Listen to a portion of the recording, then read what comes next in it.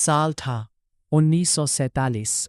भारत आज़ाद तो हो चुका था, लेकिन देश की हालत कुछ ऐसी थी जैसे कोई इंसान बाहर से मुस्कुरा रहा हो पर अंदर से पूरी तरह टूटा हुआ हो। खेत थे, लोग थे, मेहनत थी, लेकिन इंडस्ट्रीज बहुत कम थी।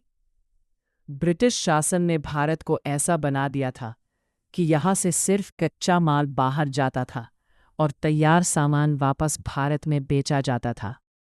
मतलब कपास भारत की, लेकिन कपड़े इंग्लैंड के। भारत अपने ही सामान के लिए दूसरों पर निर्भर था। फैक्ट्रीज कम थी, मशीन्स पुरानी थी और बड़े इंडस्ट्रीज सिर्फ कुछ शहरों तक सीमित थे। ज़्यादातर लोग खेती करते थे क्योंकि इंडस्ट्रियल सेक्टर इतना विकसित ही नहीं था। धेता और सबसे बड़ी बात, ब्रिटिश सरकार ने भारत की इंडस्ट्रीज को बढ़ने ही नहीं दिया, क्योंकि अगर भारत मजबूत बन जाता तो अंग्रेज़ों का फ़ायदा ख़त्म हो जाता। धीरे धीरे भारत की ट्रेडिशनल इंडस्ट्रीज जैसे हैंडलूम, हैंडीक्राफ्ट्स सब कमज़ोर पड़ने लगी।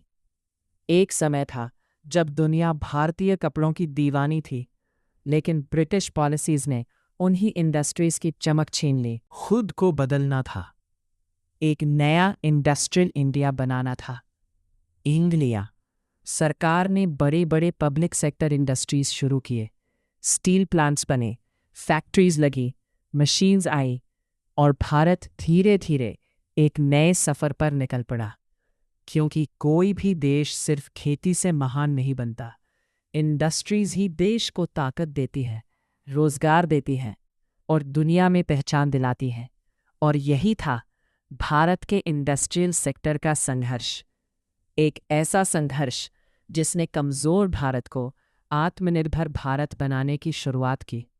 1947 भारत आज़ाद तो हो चुका था, लेकिन देश की हालत कुछ ऐसी थी जैसे कोई इंसान बाहर से मुस्कुरा रहा हो पर अंदर से पूरी तरह टूटा हुआ हो। खेत थे, लोग थे, मेहनत थी, लेकिन इंडस्ट्रीज बहुत कम थी। ब्रिटिश शासन ने भारत को ऐसा बना दिया था कि यहाँ से सिर्फ कच्चा माल बाहर जाता था और तैयार सामान वापस भारत में बेचा जाता था। मतलब कपास भारत की, लेकिन कपड़े इंग्लैंड के। भारत अपने ही सामान के लिए दूसरों पर निर्भर था।